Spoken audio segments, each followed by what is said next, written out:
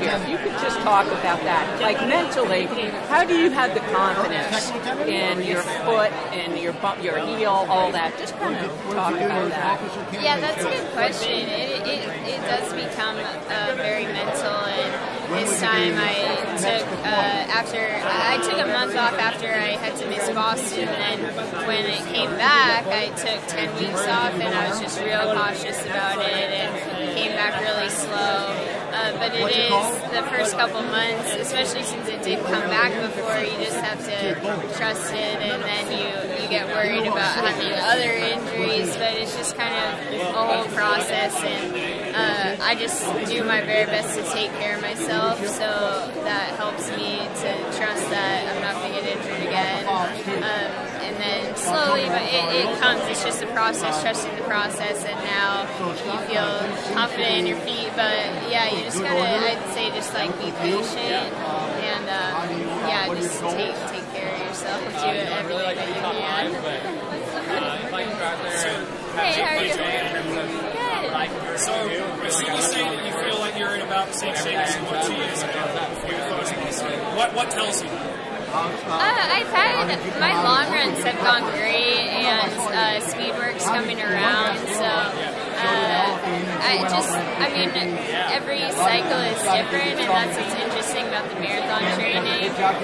So it's hard to know, but I've had some good long interval workouts where I've run right where I was in Chicago, or before Boston. So yeah, I think I'm right there.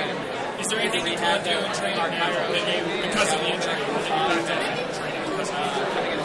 The only thing is that my 200s aren't as fast, so yeah, so it's going to be interesting because Alberta, I think if I had like 3 or 4 more weeks, I'd be right where I was. So usually right before the marathon build-up, before Chicago, I could do 8 in about like 31.5 is pretty comfortable, and I'm right at like 32 average. So I mean, I'm not gonna freak out. Like I'm not ready. Yeah, I'm not ready for the marathon because of that. So it's been more, the speed work's more just kind of like been a game to just try to get. Obviously, I just want to be training well and training at the level that I was, but my long runs are far surpassing anything that I've ever done, which is good. And then so I was maybe just a little bit tired on the speed work, and now that I've tapered, I mean, I was running my fastest 300s the other day and fastest 800s, and we thought, okay, yeah, it's just patience. We didn't panic. We know you just needed to rest a little bit. So I think that comes along. So like I said, it's hard to say because my long runs have been better and more consistent each week. So I think I was just a little tired too. How often do you do 200s in marathon training? It's pretty important as part of our cycle. I'll say like if I come off a big like 25-mile run, then I'll have several days easy, and then that's kind of what we do to flush my legs out before the next workout. But yeah, for myself, it's interesting because I've never valued the speed as much in marathon training, but I know that Galen and Alberto always press the speed, and I think Galen kind of coming off the track would always argue that his 200 seemed to be faster, but for me, I've always kind of let that go. So it'll be interesting to see if that is really crucial, and I think it is. It definitely, I mean, that's why we do it, because the 200s help your 400s be faster, help your efficiency, ultimately to help your long intervals to feel easier. So that's kind of the idea behind that, just to make everything feel easier when you're trying to get to those long intervals. But I've been able to run faster 800s and Ks just off my strength training, which I'd rather that than coming from the other end. But definitely want to keep improving that throughout the summer and as I come back for my fall marathon. Are you worried at all about your result in Rome, given that you've gone into previous marathons and run pretty fast in your halves and hit those pretty hard? This one was only 71 minutes. Does that concern you?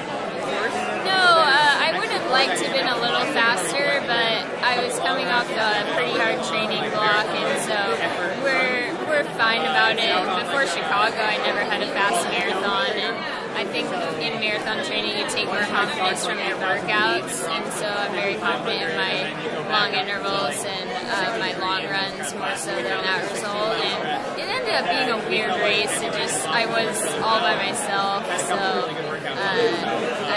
given all the circumstances, we're pretty fine with it. And I went out and raced just in town and did a 15K just to get the uniform on, and then kept going, had a really good long run after that, kept going for 25 miles, so yeah, so I think, no, I'm not too concerned. I would have liked to race more. I think I'm going to race quite a bit this summer just to get back out there, but we just want to be cautious, and I needed to train, so. Where have you been based for this goal?